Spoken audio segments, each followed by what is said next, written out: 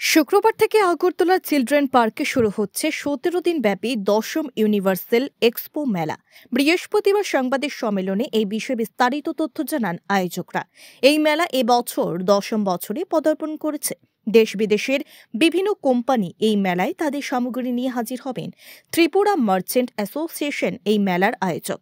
Merchant অ্যাসোসিয়েশনের সম্পাদক জানিয়েছেন, এই মেলাকে রাজ্য সরকার নানাভাবে সহযোগিতা করে যাচ্ছে। ইতিমধ্যেই মেলার যাবতীয় প্রস্তুতি চূড়ান্ত হয়ে গেছে।